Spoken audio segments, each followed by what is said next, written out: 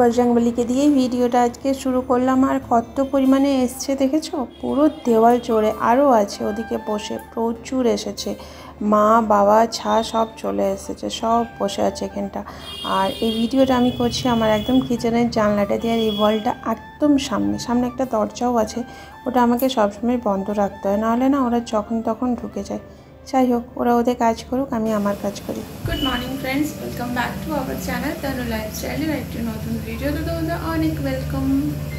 আমাদের আজকে ওয়েদারটা যা করে আছে না সকাল থেকে, তো অনেক দিন পরই বৃষ্টিটা হলো। অনেক দিনই হলো বৃষ্টি হয়নি, কিন্তু আজকে সকাল থেকে একদম অন্ধকার করে রেখেছে। যাই না তোমরা দেখে বুঝতে পারছো কি পারছো না। আর এক ছাদ কাপড় মেলা আছে। যাই হোক, আজকে হচ্ছে বৃহস্পতিবার, লক্ষ্মী পুজো। তো রান্না ওই দেখো দেখতে পাচ্ছ, ভাত হয়ে গেছে, ডাল হয়ে গেছে, ডাল মানে মসুর সিদ্ধ করেছি, বেগুন ভাজা হয়ে গেছে, আর এখানে আলু পেঁয়াজ পোস্ত বসা আছে।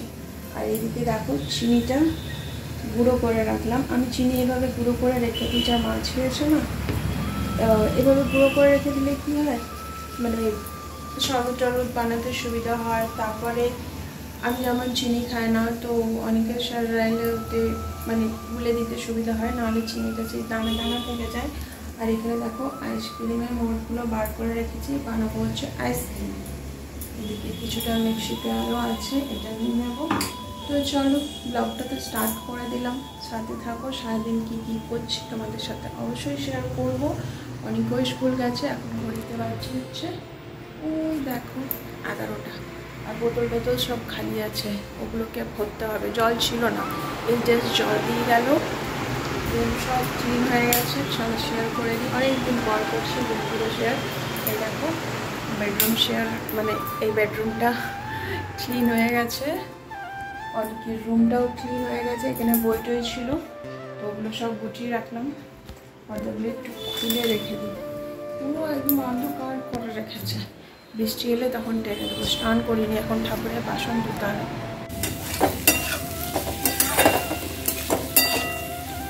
আলু পেঁয়াজ পোস্ত কার কার ফেভারিট বলো? আমার তো ভীষণ ভালো লাগে, অনেকেরও ভালো লাগে। চলো এই জারটা বার করে নিই, কারণ পোস্তটা না এই জার ছোটো জারটাতে হাঁটতেই বেশি সুবিধা হয়। চলো এখানে রাখলাম, দেখে বন্ধ করি। আর মেঘের অবস্থা দেখো, একদম অন্ধকার করে রেখেছে, পুরো কালো হয়ে আছে।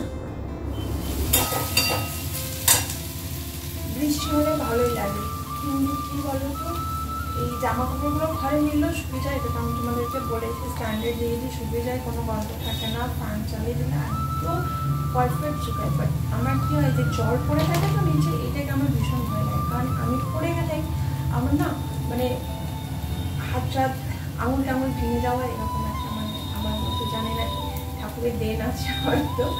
কারণ যতবার আমি পড়েছি আমার কিছু না কিছু ভেঙেছে। এটা দরজার ফাঁকে পড়ে যেয়ে নিয়ে আঙুলটা গেছিলো, ঠিক আছে। এই হাতটা তো আমার পুরনো বন্ধুরা জানো, প্রায় তিনবারই ফ্র্যাকচার হয়েছে। এখানটাতে একদম ছেড়ে নেমে গেছিলো। এই আঙুলটা দেখছো, এই আঙুলটা, এটা তো আর সিধাই হলো না। মানে এতগুলো ভাঙার মাঝে এই ভাঙাটাকে ডাক্তার খেয়ালই করলো না যে এটাও গেছে, এটা আর সিধা হলো না। তো এই জন্য মানে কোথাও জল ফল পড়ে থাকলে আমার ভীষণ ভয় লাগে, কারণ আমি জানি না আমি পড়বো না টুক করে যাবো। আমি যাবো না, আমার হাতটা যাবে, আমিও যেতে পারি। যাই হোক, চলো ফটাফটাকে পোস্তটাকে বেটে নিই। অনেকদিন পরে এরকম র্যান্ডম ব্লগ করছি, নাহলে আমি কেটে কেটে আজকাল ভিডিও করি। তো মানে দেখে না কেউ, তো করি না।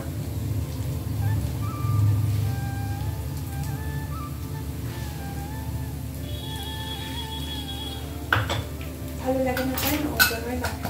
এটা আমার পোস্তর ডাব্বা, পুচকু মতন ডাব্বা, পুচকু মিক্সির জারটা। অনেকটা লেট হয়ে গেছে, আমার সাথে বাসন নেই, ওগুলোকে ধুতে হবে। আলু পেঁয়াজ পোস্ত খেতে আমার কিন্তু বেশ লাগে। তোমাদের কার ভালো লাগে আমাকে কিন্তু কমেন্টস করে অবশ্যই বলো। আর এই ছোট্ট জারটা দেখছো না, এই পোস্ত তো বেশি বাটা হয় না, দুজনের জন্য কতটা বাটবো, একটুখানি বাটা হয়। আর এই জারটাতে না খুব সুন্দর করে বাটা যায়। চলো এদিকে পোস্তটা হোক, আর আইসক্রিমের সব আমি রেডি করেই রেখেছিলাম।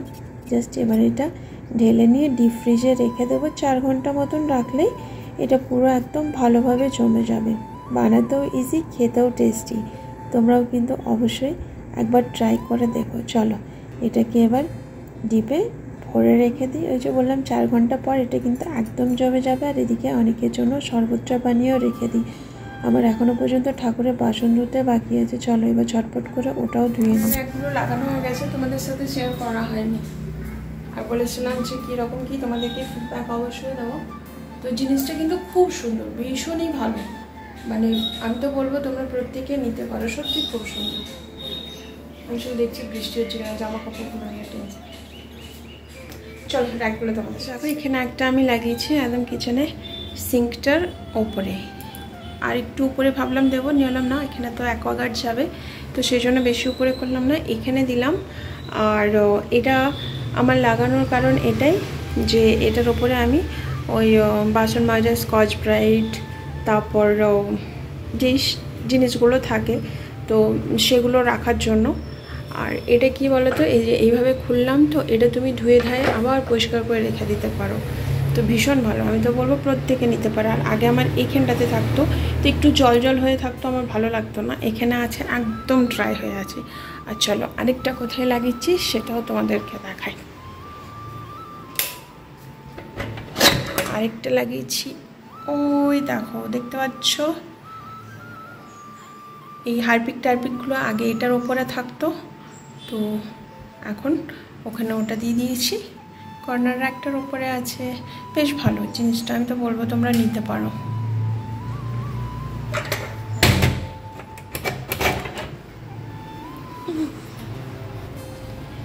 এই দেখো আমার গাছটায় কত নতুন পাতা বেরিয়েছে, দেখতে পাচ্ছ। আমাকে না এরকম অনলাইন থেকে আরও কিছুগুলো পাথর আনাতে হবে। আর এই গাছটারও ভালো গ্রোথ হচ্ছে, আগের বাড়িটার এতটা গ্রোথ হয়নি। আর এটারই কিছুটা আবার আমি ছাদে লাগিয়ে দিয়েছি টবের ওপরে, তো ওটাও বেশ ভালো ঝাড় হয়েছে। আমার মানি প্ল্যান্ট। দেখো আরেকদিন নিমকি বানিয়েছিলাম, ওটা তো সেদিন, এটা তো তোমাদেরকে দেখালাম, ওটা তো শেষ হয়ে গেছিলো। ওটা পিন্টু বানিয়েছিল, এটা পরে আমি বানিয়েছিলাম, তো এটারও হাফ ডাব্বা হয়ে গেছে। রান্না কমপ্লিট।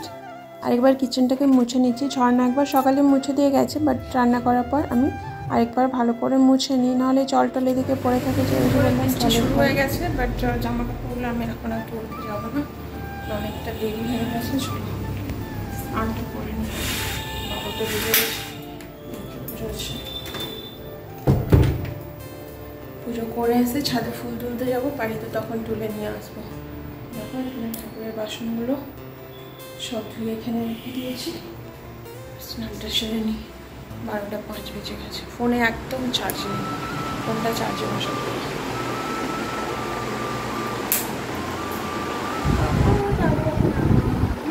ঘুমাচ্ছে। চলো স্নানটা করে আসি, তারপরে সেটা এদিকে লাইট হবে, এদিকে চলছে। প্রচুর গরম লাগছে, জামা কাপড় সব তুলে দেখতে পাচ্ছি, দেখো এদিকে রাখি নিয়ে তোমাদেরকে কি দেখাচ্ছি। এখন কিন্তু আবার রোদ দিয়েছে, বাট আর বাইরে মিলবো না। ওই দেখো সব ওখানে রেখেছি, তো দুপুরবেলা একেবারে স্ট্যান্ডটাই দিয়ে দেবো। চলো কী রান্না হয়েছে তোমাদেরকে এবার দেখিয়ে দিই। একটু গরম লাগছে না, এক দুবার মনে হচ্ছে রোদটা দেখিয়ে দিয়ে দিই, কিন্তু আর দেবো না।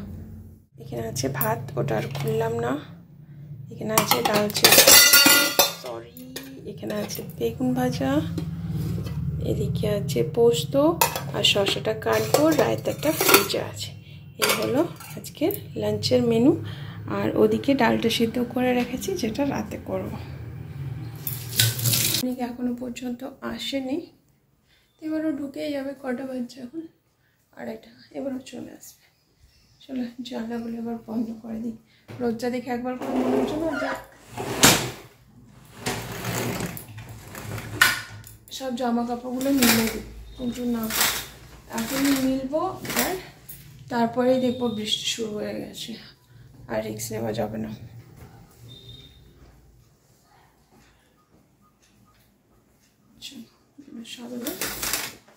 দিয়ে দিই। চলে এসেছি একেবারে ডিনার নিয়ে, ছোলার ডাল আর রুটি। গুড মর্নিং ফ্রেন্ডস, রেডি হয়ে পড়েছি। আজকে হচ্ছে শনিবার, তো আজকে আমি যাব একটু পুরুলিয়া।